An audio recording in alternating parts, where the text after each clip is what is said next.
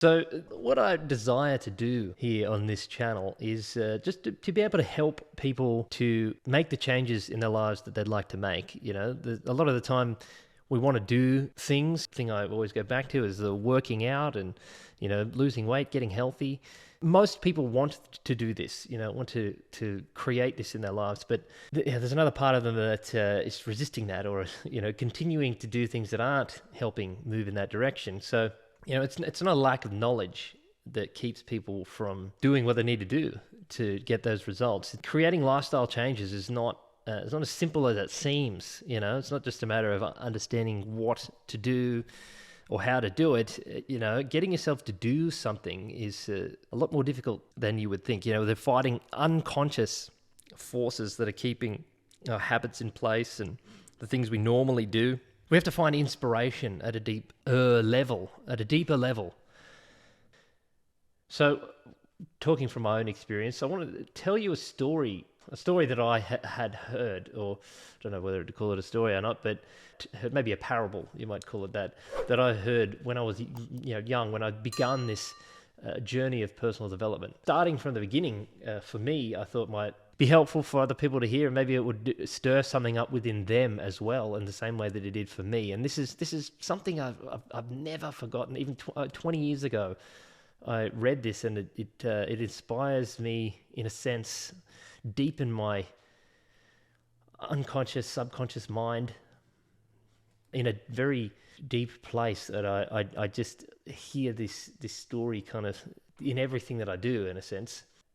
So let me tell you that story now, and it's actually called, what can you see from the balcony of life? Time is running out.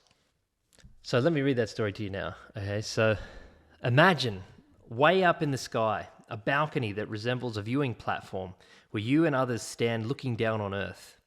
You are but a spirit.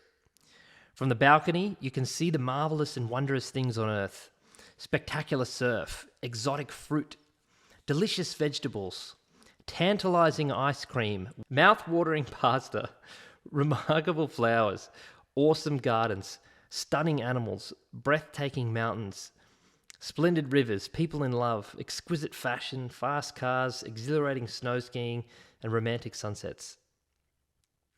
The one in charge, Spirit Superior, approaches you with a clipboard in hand and says that the next tour to Earth is about to depart. The only problem is, only 10% of those on the balcony can be granted permission to go to Earth for a period not exceeding 80 years. Would you put your hand up? Would you ask to be considered? Are you enthusiastic enough?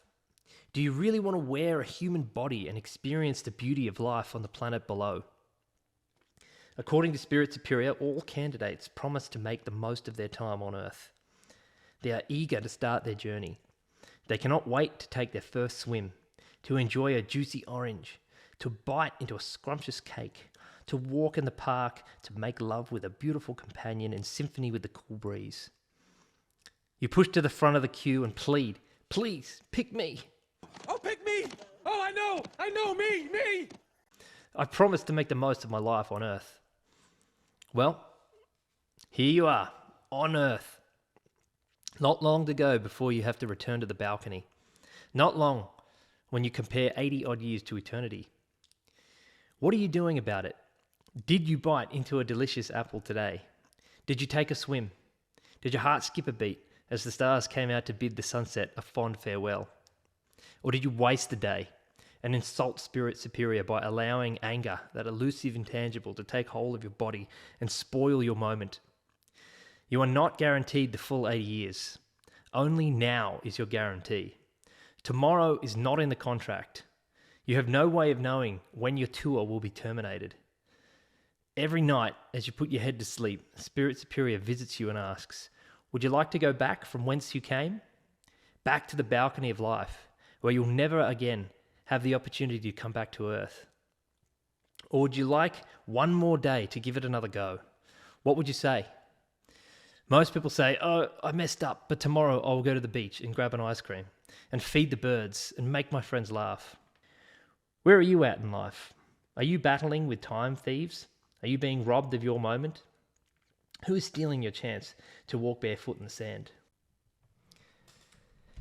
So having heard that story, it just stays with me. The idea of spirit superior. I like to quite a sort of neutral term for God or the universe or whatever it might be. Even if there were no spirit asking it, it's something we could ask of ourselves, and something our subconscious mind is there asking us. What are you doing with your time? What are you doing with your opportunity here? It's miraculous that we're here at all, that we're experiencing our lives at all. There's a lot that's hard about our experience here, but there's also a lot of potential good, and I think that's maybe the thing that I get out of that most, is just that idea that it's a reminder that there are, regardless of all the difficult things, regardless of sometimes when you feel like what's the point of it all, that there are good things, and it's a matter of making that choice to do more of those things.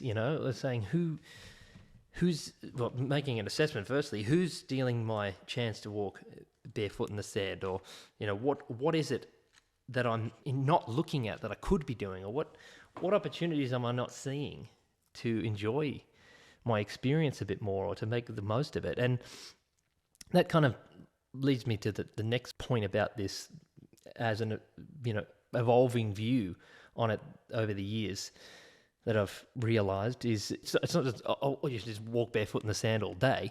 To have the best experience of life, you need to have those kind of things there. The obvious pleasurable things that I mentioned there, like eating nice food and enjoying time with friends and doing all that. But to have the best experience of life, it's a variety of things, and it's not all just plain pleasure. It's a mixture of good and bad. It's the ups and the downs. It's the whole package of things. There is bad in all good, and there is good in all bad. There's always something to be had there, and you have to accept both. You cannot deny the bad and accept the good. We don't get to do that in life. We don't get to have all good and no bad. Taking relationships, for example, of course they're wonderful to have, but there are negative aspects of those relationships. There are responsibilities and someone else's emotions to be conscious of and to take care of. But the benefits far outweigh the disadvantages. But that doesn't mean you deny the fact that those disadvantages exist. You recognize them and you accept them and you integrate them. I guess same thing goes for weight loss, or for improving your body and improving your health. I mean, there's you don't get to eat as many lollies, and that's not all good.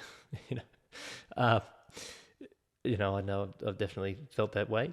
Not being able to stuff my face as much junk as I would love to have. But the benefits outweigh the disadvantages, but I'm not going to pretend that that's not a disadvantage on some level. It's the yin and the yang.